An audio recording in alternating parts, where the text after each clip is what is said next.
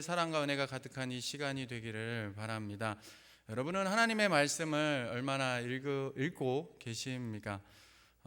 저 또한 목회자로서 어떻게 보면 이 설교를 준비하기 위해 늘 말씀을 봅니다. 그런데 그냥 순수하게 말씀을 읽는 시간이 얼마나 될까 한번 생각해 보게 되었습니다. 그러니까 설교를 위한 말씀을 보는 시간 말고 내가 순수하게 얼마나 말씀을 볼까? 그러면서 한 번은 새벽 예배 후에 좀 피곤해서 다시 잠들기보단 좀 말씀을 읽고 묵상하는 시간을 가져야겠다 생각하고 그런 시간을 가졌습니다.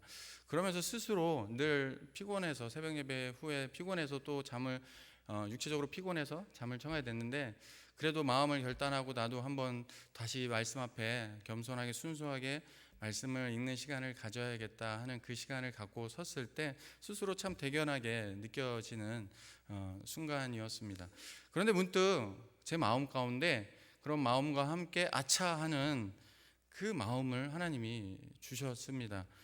그것이 뭐냐면 오늘 그렇게 말씀을 읽게 하신 하나님께 감사하기는 보다는 말씀을 읽는 그 행위 자체에 만족을 누리고 있는 제 모습을 본 것입니다. 쉽게 말해서 이렇게 말씀을 읽고 또 말씀을 묵상하면서 그 말씀의 힘을 얻고 또 그 은혜로 살고자 하는 것이 아니라 그냥 말씀을 읽는 그 행동에 스스로 그래도 내가 말씀을 이렇게 읽었어 라는 그 행동에 스스로 위안을 얻었던 것이죠. 사랑하는 성도 여러분, 우리가 신앙생활을 할 때나 예배를 드릴 때 이런 내 행위가 우선이 되거나 혹여는 이런 행위가 또는 나를 의롭게 되는 것이 아니라 그 말씀에 내가 얼마나, 우리가 신앙생활할 때 중요한 것이 뭐냐면 내가 얼마나 그 말씀에 순종하느냐가 더 중요합니다. 그러기에 믿음의 삶은 내가 얼마나 말씀을 읽고 얼마나 말씀을 알고 있느냐에 그치는 것이 아닌 그 말씀을 따라 살아가는 순종의 사람이 되어야 하는 것입니다. 그런 의미에서 신앙생활을 하는 우리가 늘 자신을 돌아보며 점검해 보아야 할 일이 뭐냐면 내가 그동안 어떤 일을 얼마나 했는가가 아니라 내가 지금까지 예수님을 잘 믿어왔고 그리고 지금도 예수 그리스도를 잘 믿고 있는지를 수시로 우리는 점검해야 될 것입니다. 어떻게 보면 이 수요 예배까지 나오신 여러분, 어떻게 보면 이 말씀 안에서 그렇기 때문에 무엇입니까? 하나님 앞에 말씀을 통해서 내가 잘하는 것이면 또 하나님이 위로를 주실 수도 있고, 때로는 또 이 말씀을 통해서 다시 힘을 얻을 수도 있고, 아니면 이 말씀 안에서 우리 자신을 정말 돌아보면서 내가 하나님 안에 하나님의 백성으로서 하나님이 정말로 만족하고 하나님으로 기뻐하며 신앙생활을 온전하게 하고 있는지를 돌아볼 수 있는 시간이 될 거라 생각합니다. 믿음 생활을 하면서 그러기에 가장 중요한 것이 무엇일까요? 여러분이 이 수요 예배까지 피곤한 일터를 다 일을 마치시고 이 수요 예배까지 나오신 이유가 무엇이겠습니까? 아마도 이 한평생 예수님을 믿게 됐는데 그 예수님을 잘 믿기 위해서 또 이 수요 예배에 나온 것이라 생각합니다. 그러기에 우리는 스스로 질문해 보는 거죠. 어떻게 질문해 보는 겁니까? 나는 예수님을 잘 믿는 사람인가? 아니면 그냥 교회를 잘 나오는 사람인가? 오늘 말씀을 통해서 이 질문을 한번 여러분 스스로에게 해보는 시간이 되었으면 좋겠습니다. 나는 예수님을 잘 믿는 사람인가? 아니면 그냥 교회를 잘 나오는 사람인가? 이 차이를 말이죠. 분명한 것은 예수님을 잘 믿는 사람은 언제나 그 마음속에 십자가 복음이 함께 한다는 것입니다. 그래서 예수를 잘 믿는 사람에게는 십자가 복음과 함께 무엇이 함께 누리게 됩니까? 평안을 누리게 되어 있습니다. 하나님이 그리스도 예수 안에 주시는 평안은 그런 의미에서 주님을 잘 믿는 사람에게 하나님이 주시는 축복입니다. 요즘은 모든 기계에 무엇이 되어 있냐면 잠금 장치가 아주 잘 되어 있습니다. 그래서 저의 핸드폰 같은 경우도 기본적으로 제 지문 아니면 열리지 않는 잠금 장치가 되어 있습니다. 뿐만 아니라 많은 컴퓨터나 모든 기계에 이렇게 소중한 정보를 지키기 위해 잠금 장치를 해 둡니다. 그런데 정작 우리는 우리의 소중한 이 마음을 지키기 위해 잠금 장치를 하지 않고 있을 때가 많은 것 같습니다. 그래서 수시로 환경과 사람 또는 사람과 사람 사이의 그 관계의 아픔으로 인하여서 뭡니까? 그리스도 안에서 누리는 평안을 빼앗깁니다. 이걸 내가 지켜야 되는데, 그리스도 안에서 누리는 평안을 꼭 잠금장치하고 지켜야 되는데, 이 현실 속에, 험악한 이 세상 속에 살아가면서 자꾸 빼앗긴다라는 거죠. 그러기에 예수 잘 믿는다는 것은 그리스도 예수의 십자가 복음으로 내 마음에 잠금장치를 다시 해두는 것이라고 생각합니다. 여러분, 찬양을 좋아하십니까? 우리 어르신들은 참 좋아하시죠. 또 많은 분들도 좋아하시리라 생각합니다. 그럼 여러분은 듣는 걸 좋아하십니까? 부르는 거를 좋아하십니까? 듣는 것도 부르는 것도 다 좋아하시는 모습이라 생각합니다. 제가 어떤 이 칼럼을 봤는데, 암 전문병원에서 일하시며 암의 권위자로 세계에서도 유명하신 이 김의심 박사님이라는 분의 이 칼럼을 보게 되었습니다. 거기에 이렇게 이야기를 합니다. 사람의 몸 안에는 암세포를 잡아먹으면 자연스럽게 암을 죽이는 면역세포가 모든 사람에게 있다고 합니다. 그래서 암세포가 우리 몸에 들어오더라도 이 암세포를 잡아먹는 면역세포가 많은 사람은 암에 걸려도 금방 치료가 된다는 겁니다. 그러면서 이 암을 죽이는 면역세포가 누구에게 많은가 봤더니 모든 사람에게 다 있는데, 특히 일반 사람보다 1000배나 넘게 이 면역세포를 가진 사람이 있는데, 이 칼럼에서 그 사람을 어떻게 누구로 말하고 있냐면, 그 사람들은 항상 많이 웃는 사람이라고 합니다. 여러분은 얼마나 웃으십니까? 살면서 오늘 하루를 돌아보세요. 멀리도 아니고요, 오늘 한번 돌아봅시다. 이렇게 제가 웃으면서 지금 얘기할 때 여러분의 표정이 어찌해야 될 것 같습니까? 웃는 게 좋지 않겠습니까? 근데 여러분들의 예배 때 항상 표정을 보면 참 많이 경직돼 있다는 걸 느낍니다. 근데 저도 저의 삶을 보면, 내가 그렇게 많이 웃었나? 이 칼럼을 읽으면서 내가 많이 웃었나? 웃지 않았나? 이렇게 돌아보니까 참 저도 많이 경직돼 있는 얼굴인 것 같더라고요. 어떻게 보면 우리의 삶에 웃는 일이 그렇게 많지 않아서 그런 것도 같은데, 그런 의미에서 자꾸 우리는 어찌합니까? 정말 주 안에서 평안을 누린다면 먼저 정말 믿지 않는 사람에게도 이런 더 웃는 모습이 있다면, 믿는 사람으로서 더 우리의 마음이, 얼굴은 곧 마음이라고 하는데, 얼굴에서부터 자꾸 우리 성도들 안에서 더 웃는 모습으로 이렇게 서로를 대한다면, 더 암세포도 죽인다는데, 그 암세포를 죽이는 면역세포가 더 강하게 한다는데, 더 웃으면서 서로 인사하고 웃으면서 하루하루를 살아가시면 더 우리에게 유익이 되지 않을까 생각합니다. 그런 의미에서 앞으로 제가 설교할 때마다 한 번씩 이렇게 더 웃는 마음으로, 편안한 마음으로 설교를 들으시는 것도 나쁘지 않을 거라 생각을 합니다. 그러면서 또 한 가지를 이분이 이야기를 하시는데, 이 믿는 분인지는 잘 모르겠는데, 또 다른 사람은, 두 사람을 얘기하는데 항상 웃는 사람이고, 또 한 사람은 찬송을 많이 부르는 사람에게도 이 암을 죽이는 면역세포가 1000배 이상 나타나게 되었다는 그 결론을 이었습니다. 그래서 이분이 사람들에게 강연할 때마다 이 이야기를 꼭 한다고 합니다. 사도 바울은 말합니다. 뭐라고 말하죠? 우리가 너무나도 잘 아는 말씀. 항상 기뻐하라, 쉬지 말고 감사하라, 기도하라, 범사에 감사하라. 그런데 우리가 잘 아는 대로 이 말씀을 언제 했습니까? 이 말씀을 사도 바울이 그 편지로 적을 때 사도 바울의 상황이 정말 기뻐하고 감사할 수 있는 상황이었습니까? 아니었습니다. 옥중에서 그렇게 편지를 썼던 것입니다. 예수님을 그렇기 때문에 바로 믿을 때, 잘 믿을 때 하나님이 우리에게 주시는 것이 무엇입니까? 어떤 상황 속에서도 기뻐한다는 것입니다. 감사한다는 것이죠. 무엇보다 하나님의 은혜와 평안이 넘쳐나게 됩니다. 그러니까 넘치다 못해 어찌합니까? 흐르는 거죠. 그래서 예수님이 우리를 예수 그리스도의 빛이라. 그러니까 단순히 빛이라는 것은 이렇게 우리가 지금 예배에 큰 빛을 비춤으로 우리가 저와 여러분을 서로 마주 볼 수 있는 것처럼, 이런 빛보다 더 무엇입니까? 그 광명의 빛이 나를 비치고, 그 광명의 예수의 생명이 나를 사로잡음으로 내 안에 평안이 넘치는데, 넘치다 못하는 건 어떻게 합니까? 흘러가는 거죠. 그게 예수를 잘 믿는 자의 모습이라는 것입니다.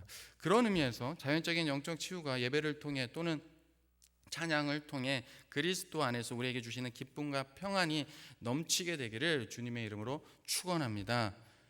그러기 위해 우리 어떻게 해야 됩니까? 예수님을 잘 믿으셔야 됩니다. 예, 교회 잘 나오는 게 아니라 예수님을 잘 믿으셔야 돼요. 그러면 우리 옆에 분들하고 한번 이렇게 한번 고백해 볼까요? 우리 예수님 잘 믿으십시다. 이렇게 한번 인사해 보겠습니다. 예, 우리 예수님 잘 믿으십시다. 예, 말씀 안에서, 진리 안에서 성령님의 임재하심을 따라 내 의가 섰다 싶으면 하나님 다시 나를 성령 안에서, 말씀 안에서 깨닫게 하시고 돌이키게 하시고 보게 해주셔서 더 낮은 자, 주님이 귀한 높고 하늘 보좌를 다 버리시고 낮은 자로 오신 것처럼 우리를 섬기기 위해, 그래서 하나님이 분명히 예수님 말씀하셨잖아요. 섬기고자 하느냐 낮은 자가 되어라. 낮으면 섬기면 높이리라. 하나님 말씀하신 것처럼 그렇게 서로 예수님을 잘 묻는 모습이 우리의 있기를 바랍니다. 그러면서 이제 오늘 말씀에 본격적으로 오늘 말씀을 가지고 나누고 싶은 것은, 예수님을 잘 믿을 때 단순히 이렇게 기쁨과 평안만이 허락되는 것이 아니라 무엇이냐면 두려움이라는 이 공포에서도 자유를 얻게 하신다는 것입니다. 현대인의 모든 고민과 어려움이 무엇일까요? 바로 두려움입니다. 두려움 중에서 가장 큰 두려움은 어떤 두려움일까요? 일어난 일에 대해서 두려워하기보다는 아직 일어나지 않은 일에 대한 두려움이 큽니다. 그래서 지금 우리 학생들 같은 경우도 이제 이 치열한 경쟁 사회 속에서 시험 기간을 또 앞두고 있는데, 이 시험을 잘못 보면 어떡할까 하는 두려움에 또 있기도 하고, 내 미래는 어떻게 될까, 여러분들도 뭐 자녀들의 이 앞뒤 어떻게 될까, 그런 두려움들이, 일어나지 않은 일에 대한 두려움들이 우리 안에 크다라는 것이죠. 오늘은 우리는 지금 시편 23편 말씀을 함께 나누고자 합니다. 그런데 우리는 이 가장 어떻게 보면 시편 중에서도 너무나도 잘 알고 너무나도 유명한 말씀이라 할 수 있는 이 시편 말씀은 어떻게 보면 되게 여호와는 나의 목자시니 내게 부족함이 없으리로다, 되게 어떻게 보면 상황과 환경이 되게 평안함 속에 그렇게 이야기하는 것처럼 보이지만 실은 굉장히 어둠 속에서 불려진 노래입니다. 4절 말씀처럼 사망의 그 음침한 골짜기, 무엇입니까? 가장 어려운 순간에 그 평안함을 누리고 있는 그 다윗의 고백인 거죠. 그래서 오늘 1절 말씀은 보면 뭐라고 다윗이 고백합니까? 우리가 잘 아는 대로 여호와는 나의 목자시니 내게 부족함이 없으리로다. 우리의 목자 되시는 하나님과 그 양인 우리와 관계가 어떻게 합니까? 잘 맺어지게 되면, 즉 하나님과 내가 예수 그리스도 안에서 바른 관계 속에서 친밀한 관계를 이루며 살아갈 때 우리는 늘 하나님 안에서 무엇을 부족함이 없는 삶을 살게 된다라는 것이죠. 내 마음에 두려움이 가득하거나 늘 부족함을 느끼거나 평안함이 없다라는 것은 어떻게 그런 의미에서 본다면 무엇입니까? 늘 주님을 목자로 모시면 어찌합니까? 내게 부족함이 없는데 늘 뭔가 마음에 평안함이 없고 부족함을 느끼고 불안을 느끼고 그렇다고 한다면 우리는 우리 자신을 돌아봐야 합니다. 하나님과 바른 관계를 맺으며 내가 신앙생활을 하고 있는지 말이죠. 종교적 생활을 하기에 늘 불평불만이 가득한 것은 아닌지. 그러니까 제가 처음에 질문 드렸던 것입니다. 교회를 잘 나오시고 계십니까? 예수님을 잘 믿고 있으십니까? 이 질문입니다. 예수님을 잘 믿고 있다면, 여호와를 나의 정말 목자로 모시고 있다면 내게 부족함이 없이 늘 불평불만이 아니라 내 입에 감사와 찬양과 기쁨이 넘쳐날 것입니다. 그러나 단순한 교회를 잘 나오고 계신다면, 예수님과의 바른 관계, 하나님과의 바른 관계가 없다면 여전히 우리는 하나님의 이 말씀의 성경의 기준 안에서 성령의 늘 임재하심에, 하나님이 계속 끊임없이 성령을 우리에게 오순절날 보내시고 영원토록 우리와 함께 하시는 그 성령 임재 안에서 늘 성령님과 동행하며 겸손하게 주님을 닮아가는 그 삶을 살아가야 함에도 불구하고 여전히 그 관계가 매력에 맺어지지 않고 여전히 종교적인 모습만 내 안에 있다면 우리는 입술부터 불평, 불만이 나올 수 있다라는 것이죠. 목자는요, 여기 말하는 이 목자는 계절을 따라 어쩌면 먹을 것을 찾아다니면서 양떼들을 우리가 잘 아는 대로 인도하는 자가 목자입니다. 때로는 그래서 어찌합니까? 다윗의 고백처럼 맹수가 인도하다 보니까 누가 공격할 수 있습니까? 양떼들을 먹이려고 맹수가 위협할 수도 있습니다. 그럴 때 목자는 어찌합니까? 목숨 걸고 이 양떼들을 지키는 자가 바로 목자입니다. 그런 생리를 잘 아는 다윗은, 왜냐하면 어려서부터 양떼를 기르는 목자였기 때문에 이런 생리를 잘 아는 다윗은 바로 여호와께서 평생에 자기의 목자이셨음을 고백하면서 1절부터 고백하면서 자기의 인생을 한마디로 어떻게 요약합니까? 여호와 하나님이 나의 목자이심을 고백하면서 자기의 한평생의 인생을 뭐라고 고백하냐면 1절 말씀입니다. 내게 부족함이 없다. 이게 진정한 여호와 하나님을 목자로 둔 자의 고백이라는 것이죠. 여러분의 상황이 어떠하든지 나는 부족함이 없습니다. 여호와 하나님이 나의 목자 되시는데 내가 무엇을 두려워하리입니까? 저도 얼마 전에 막 폭탄 같은 소식이 막 들렸습니다. 그럼 내가 이 짐을 어떻게 내가 다 감당하지? 했는데 두려움이 순간 밀려오더라고요. 저도 보이지 않는 아직 일어나지 일에 대한 이걸 혼자 막 이런 일들이 있었습니다. 근데 이 말씀을 준비하면서 그래 여호와 하나님이 하실 일 나는 내 몸 다 드리면 되지 내가 무엇이 부족하겠는가. 하나님이 다 채워주시고 하나님이 이루어 가실 건데 그러면서 엎드려 기도했죠. 주님 어떻게 채워가야 될까요? 기도의 자리로 또 나아가게 되는 것이죠.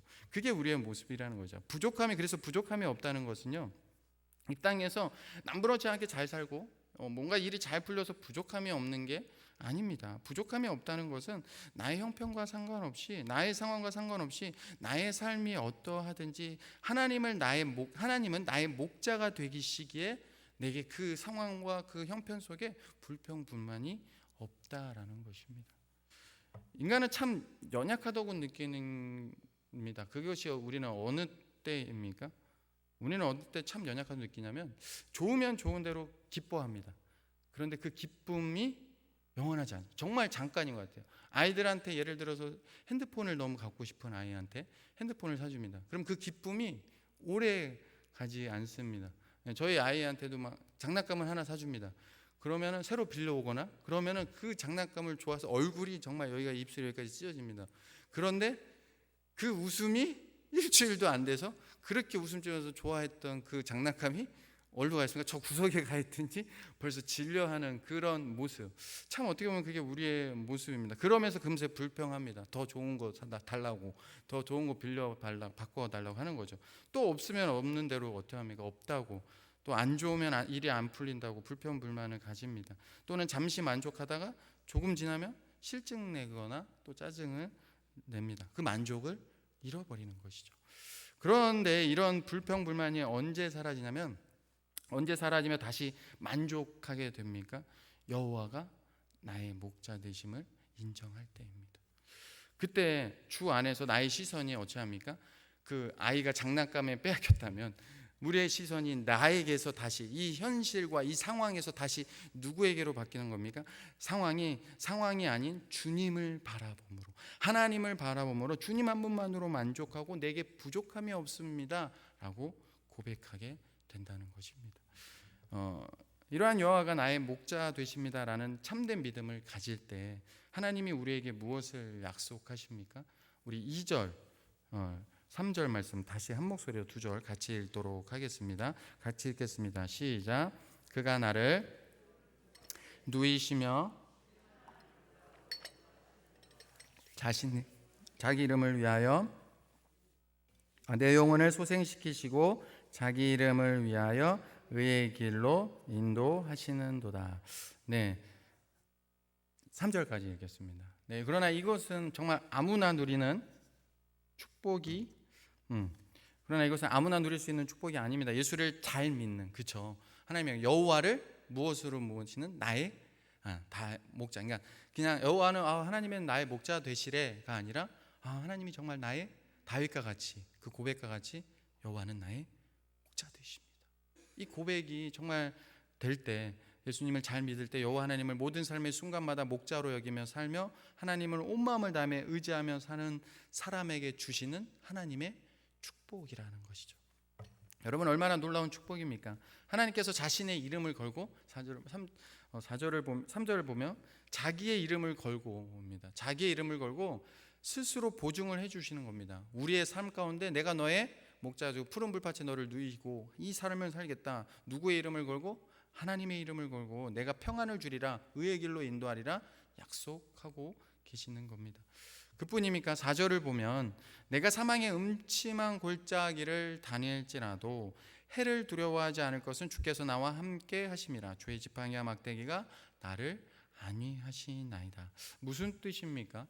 예수님을 잘 믿으면 여호와 하나님을 나의 목자로 정말 인정하는 믿는 그 하나님의 백성에게도 무엇입니까? 오늘 말씀을 보면 뭐라고 말인가? 평탄하다고 얘기합니까? 지금 다윗의 고백, 사망의 음침한 골짜기 같은 무엇입니까? 어렵고 힘든 일을 당할 수 있다라는 것입니다. 여호와가 나의 목자 되신다고 해서 그의 삶 가운데 그의 형편이 더 나아지거나 어려움이 없는 게 아니라 지금 다윗과 고백처럼 더 큰 어려움, 정말 예상할 수도 없는 더 큰 어려움이 내 앞에 사망의 정말 음침한 골짜기로 들어갈 것 같은 앞이 캄캄한 그 현실이 우리의 삶에 주어질 수 있다라는 겁니다. 다윗의 생애를 한번 보십시오. 어찌했습니까? 우리는 다윗의 좋은 모습만 기억하는데 그의 생애는 참으로 아버지에게도 인정받지 못하고 형에게까지 인정받지 못하면서 사무엘이 그 아들을 부를 때 부름받지도 않은 그래서 오늘날로 말하면 어떻게 보면 진짜 가족 안에서부터 왕따를 당한 그런 아들이었습니다. 너는 저기 가서 그냥 양떼나 돌보고 있어. 그런 아들이었습니다. 뿐만이었습니까? 전쟁에 나가고 막 하면서 늘 전쟁을 통해서 큰 명성과 사울보다 더 사울은 천천히 다윗은 만만이라는 그 명예와 인기를 얻었음에도 불구하고 다시 뭐 했습니까? 도망자의 신세를 살게 되었습니다. 그뿐입니까? 이 인생이 얼마나 고단한지 왕이 됐습니다. 그런데 누구에게 반역을 당합니까?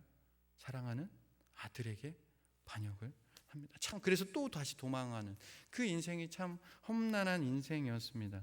여러분 가운데도 이미 이러한 다윗과 같은 사망의 음침한 골짜기 같은 어려움 속에 계신 분도 있을 겁니다.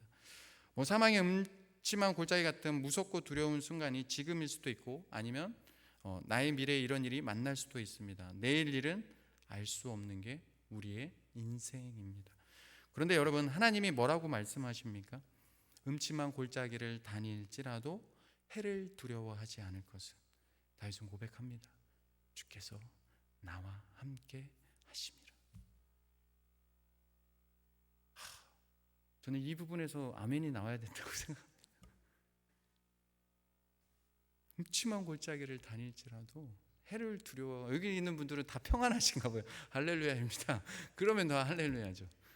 그런데 사망의 음침한 골짜기를 다닐지라도 해를 두려워하지 않는 것은 주께서 나와 함께 하십니다.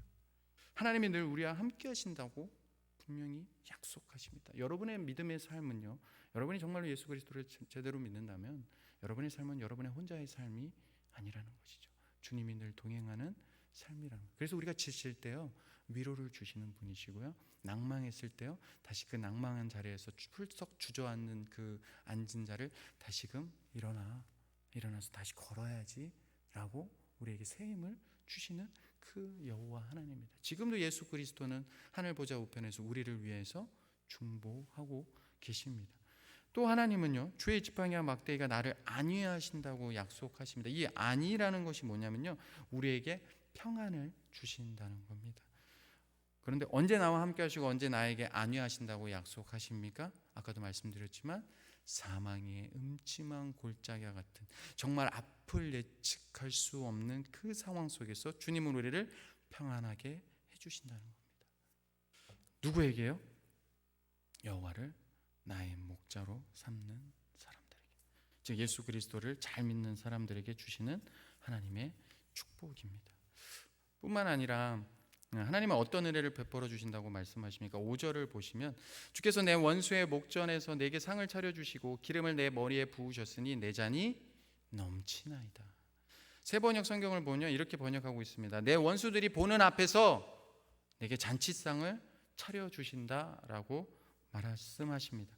하나님께서는요 자신의 이름을 걸고 즉 원수 즉 우리를 넘어뜨리고 하려고 하는 그 악한 마귀 사단 권세를 우리를 어렵고 이 현실 속에 절망하고 낭망하고 두렵게 하는 이 현실 속에서 우리의 시선을 하나님이 아닌 그래서 그 두려움에 사로잡힌 그것에 멈추게 했을 때 그 현실에 두고 두려움으로 평안을 그래서 빼앗으러 갈 때 우리 안에 주신 믿음으로 구원받는 하늘나라의 그 기쁨과 예수 그리스도 안에 누리는 그 평안을 빼앗으려고 할 때 하나님께서는 자신의 이름을 걸고 무엇입니까? 원수가 그 보는 앞에서 보란 듯이 우리에게 잔치상을 베풀어 주신다는 것입니다. 쉽게 말해 하나님의 그 크고 놀라운 사랑과 은혜를 나눌 수 있을 만큼 넘치게 하신다는 겁니다. 더 쉽게 말해서 하나님 우리를 위로해 주신다는 겁니다.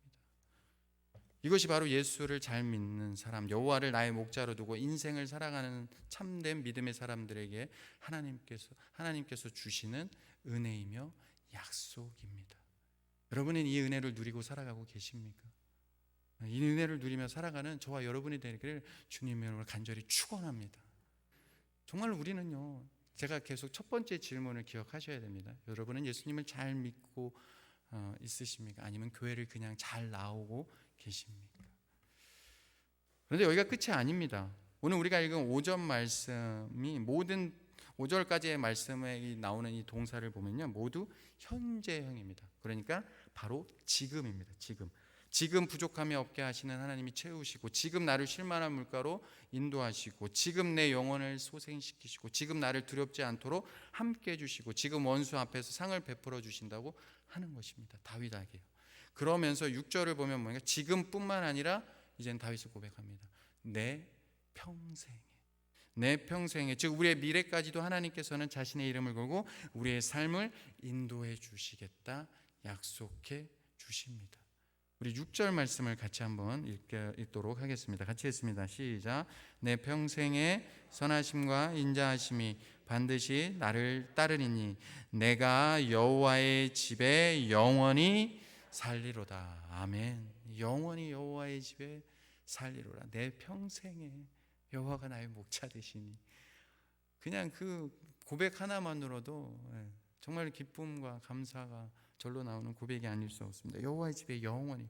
여러분은 한 번쯤, 요즘은 시대가 좋아졌으니까 누구나 한 번쯤 여행을 다녀보셨을 것입니다. 여행을 가면 어쩝니까? 너무나도 좋죠.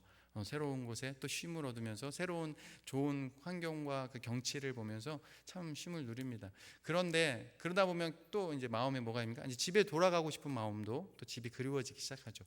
그러면서 이제 집에 돌아올 때쯤 되면 어찌합니까? 여러분의 마음이 어떠합니까? 이제 내가 돌아갈 집이 평안합니다. 그리고 집에 막상 도착하면 더 안정감을 느낍니다. 집만한 곳이 없어 라고 하면서 평안함을 우리가 느끼죠. 하나님께서는 이 험악한 세상 속에서 힘겹게 오늘을 살아가는 우리에게 하나님이 말씀 안에서 확신을 주십니다. 무엇입니까? 내가 여호와의 집에 영원히 살리로다. 무엇이요? 누가 그렇게 하십니까? 여호와의 선하시고 인자하심이, 여호와의 선하시고 인자하심이, 그 풍성하신 그 여호와의 선하시고 인자하심이 나와 함께 하시기 때문입니다. 말씀을 오늘은 그런 의미에서 질문을 던짐으로 마무리하고자 합니다. 여러분은 목자 되신 여호와와 함께 행복한 삶을 살고 계십니까? 더 나아가 여러분은 예수님을 잘 믿고 신앙생활을 하고 계십니까? 아니면 그냥 교회에 잘 나오고 계십니까? 기도하겠습니다.